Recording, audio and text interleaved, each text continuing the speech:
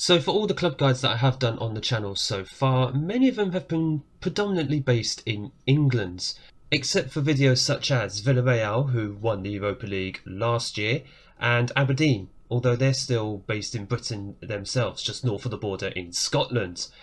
So I thought this time we'll do something a little different. We'll go to another team abroad. This time I chose the Swiss Super League, and a club that play their games at a stadium called the Wankdorf.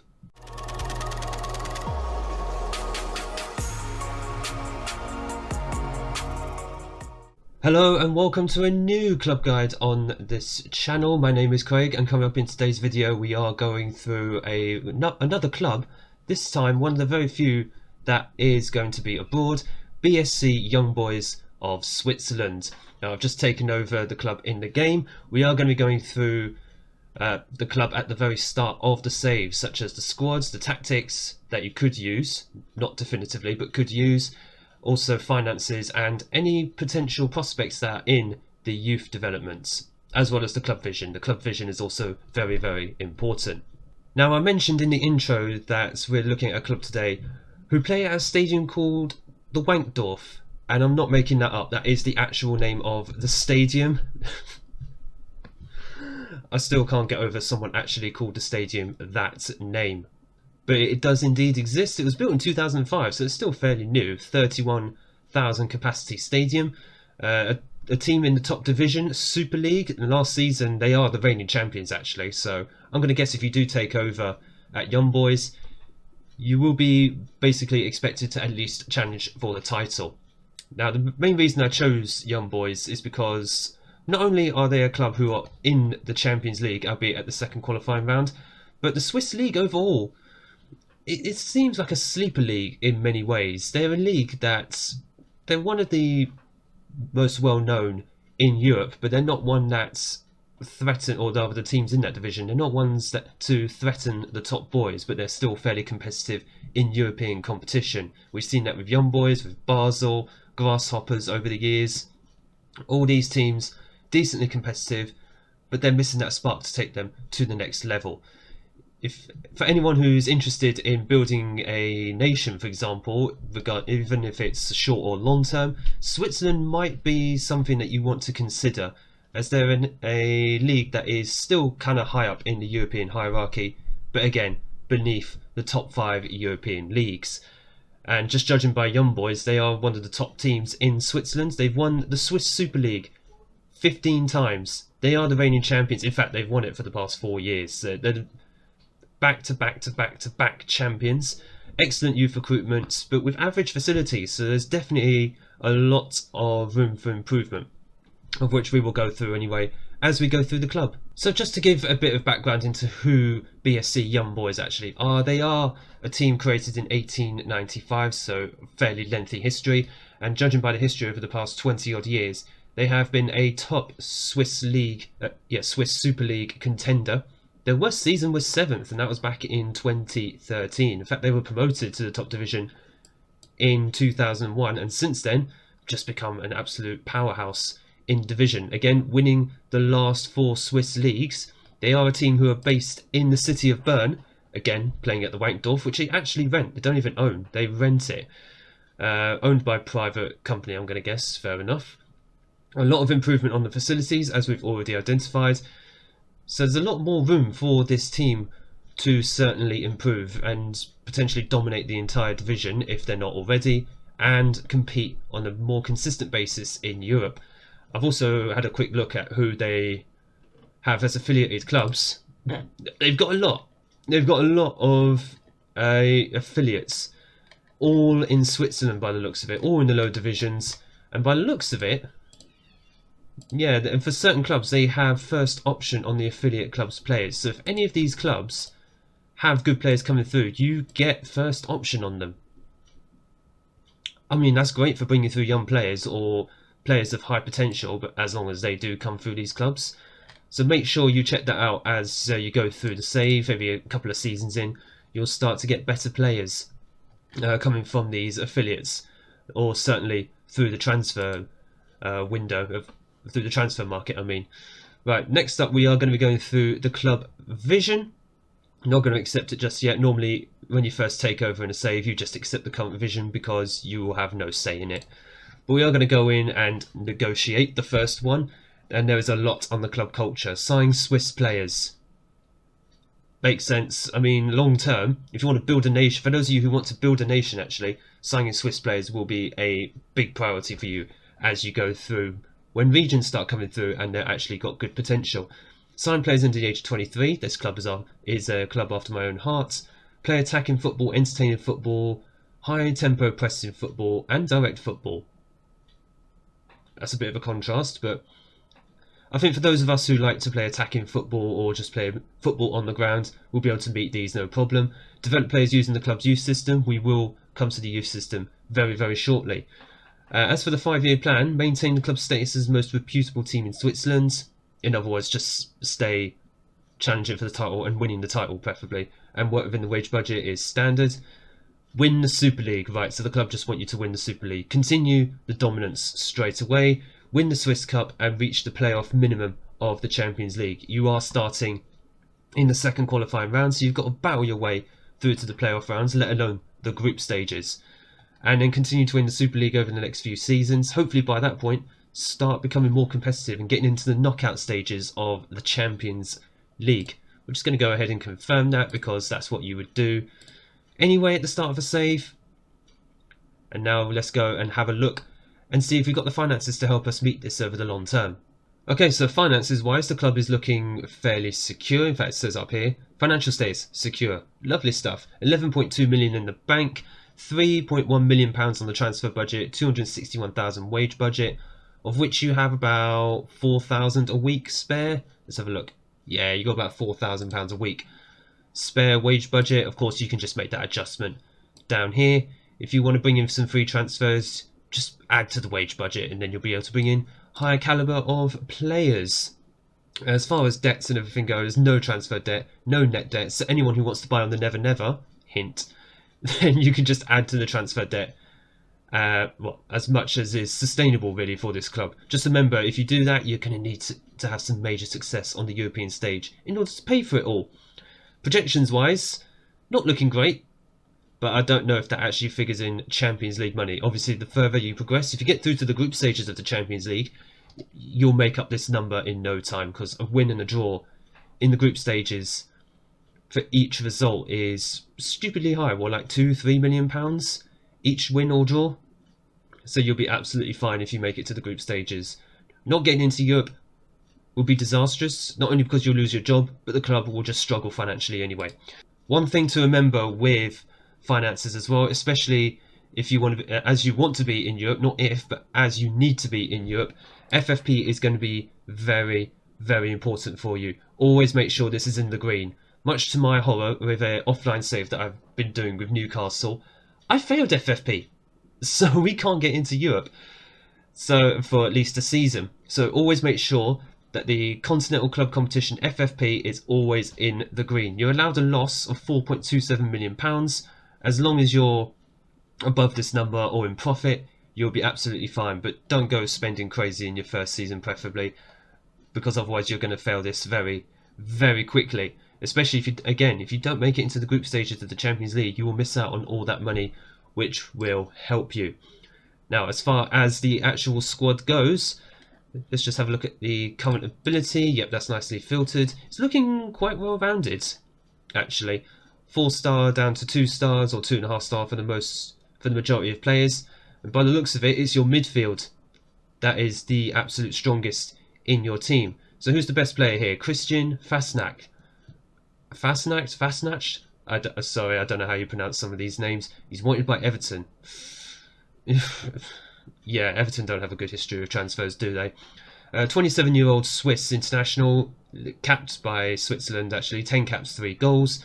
He's looking very, very good on the right wing. Mentally, very, very strong. And it appears he's been at Young Boys for a good few years. He's been a first team regular. So it looks like he's not only is he your best player, but he's someone that you are going to be relying on in this current season, unless you bring in another winger who happens to be better. He's played his entire career in Switzerland. He's Swiss through and through. Star Super League player. I've not seen that. Star, not leading, just star Super League player. But it looks like he is going to be a player that you will want to build the side around, certainly in the first season or two, as well as Meshak Alaya, who plays in the same position. I mean, Patinat can play on the left wing. Yeah, he can play on the left wing as well. So you've got two good wingers here. Meshak Alaya, Democratic Republic of Congo international, 23 years old, very pacey. I would use him on the wings. If he's got that pace and he's got the crossing and the passing in his arsenal, he'll be fine. He's played for Young Boys over the last couple of years. Looks like he's been breaking into the squad more and more. So again, a player who you can basically build the squad around for the next few years. So a tactic with wingers will probably be very, very advantageous for you. Another star Super League player, could improve slightly. Looks like he'll be a very key player for your team, especially at the start of the save. Or if you do decide to sell him on, he'll attract a nice, healthy amount of money. Doesn't actually say how much he came in for. Could be a free for all, you know. Just assume he came in on a free then. Wages rise. Wages wise. No one's on more than 17,000. By the looks of it, I'd probably say that's about championship level of wages, to be honest with you. Certainly doable, but bear in mind you've got about £4,000 spare wage at the start, and looks like the top money is among many of the top players, except for the likes of Cedric Zasiga and Martins Pereira, although he's out on loan. They're on fairly low wages considering their current abilities for the squad, but otherwise it looks fairly well rounded out, looks fairly well balanced, and there's not many players whose contracts are running out after the first season. So by the looks of it, you've got yourself a fairly stable squad for at least a couple of years, unless you decide to move players on, of course, and getting better players in, under 23s preferably. As far as the age of the squad goes, fairly experienced. There's not many players over the age of 30, only 3 of them. And 2 of them run out at the end of the first season, so if you decide they're not going to play very often for you, you could either sell them on or just wait for their contracts to run out, whichever one. Lostenberger is currently injured, 6 to 7 months. Oh, you're definitely not selling him on. And Jean-Pierre, who's out on loan, 6 to 8 months. Yikes, that's some long-term injuries that you've got going on already. But otherwise, you've got a few players who are 23 years and under. Let's have a look. About 9 players. You've got 9 players. We're going to go through any prospects that could be in the youth squad. I haven't actually had a look, so I don't know if there's any there who are down there. If there isn't, well, you've got a bunch of affiliates that you can go and scout and get first options on anyway. Right, I've just set up some quick tactics just to see what would work best with the current squad that you're going to be taking over. And do you know what? It's kind of a dream for Football Manager players. A 4-2-3-1 on control possession, a 4-3-3 on tiki-taka, and a 5-2-1-2 for vertical tiki-taka. This squad that you would inherit here basically can play football on the grounds. That's all you need to know. They can play football on the grounds, and to be honest with you, these would be the sort of tactics that I'd pick. It's like a squad after my own heart. Making use, of course, of the wingers on the right-hand side and left-hand side, although for some reason Mambibi is actually on there. Where is he? Where is Patinat? There he is. So, yeah, he's on holiday at the moment, that's why. So making use of some of your best players in these positions. Cedric Zasiga, your best centre-back. Just judging by the star ratings and just where some of these players can or cannot play, you can start to see some of the positions that you might be able to make improvements in, especially if you already know some players on the transfer market that you want to go after. But just as a quick guide for tactics that you could just put in and not bother with the presets, certainly at the beginning, at least until after the season starts. Good start, especially if you're a fan of playing football on the ground. Anyone who's a long ball, crossing into the box, headers sort of merchant from a target, and likes to make use of a target man, yeah, Young Boys might not be for you. Incidentally, I just had a quick look at the schedule as far as the season goes. And yeah, the season actually starts very, very early in the Super League. You've obviously got the Champions League qualifying rounds, which start literally 2 weeks after the start date. And the league itself starts in 20 days. Granted, it's televised, but no additional money from TV rights. That's a bit rubbish. So there's no TV rights for the Super League. Okay, fine, cool. We'll have a look at the prize money in a little bit. But the season starts early, so any players you do want to get in very, very quickly, because otherwise you're pretty much going into the season with the squad that you have inherited. My suggestion, go with the tactics that your assistant manager is recommending, because that will just get you off to at least a decent start until you get your feet under the table more to the point, and then figure out where it is you want to go tactically and player personnel wise. Also with the staff, just had a quick look here as well. There are spaces to bring in more coaches and scouts and medical personnel.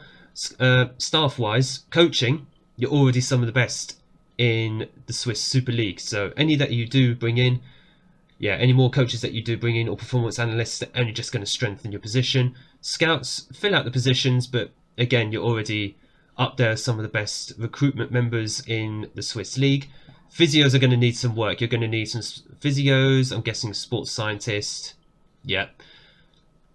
Fill out these positions, strengthen your medical team, and your staff are going to be some of the best in the Super League. And that will bode well, not just for your domestic campaign, but hopefully as well for your assault on Europe this season and in the seasons that will be coming up. Okay, so I said we'll just take a quick look at the Swiss Super League. This is actually a little diversion. I wasn't planning on actually doing this, but I just want to have a look at the prize money that is on offer.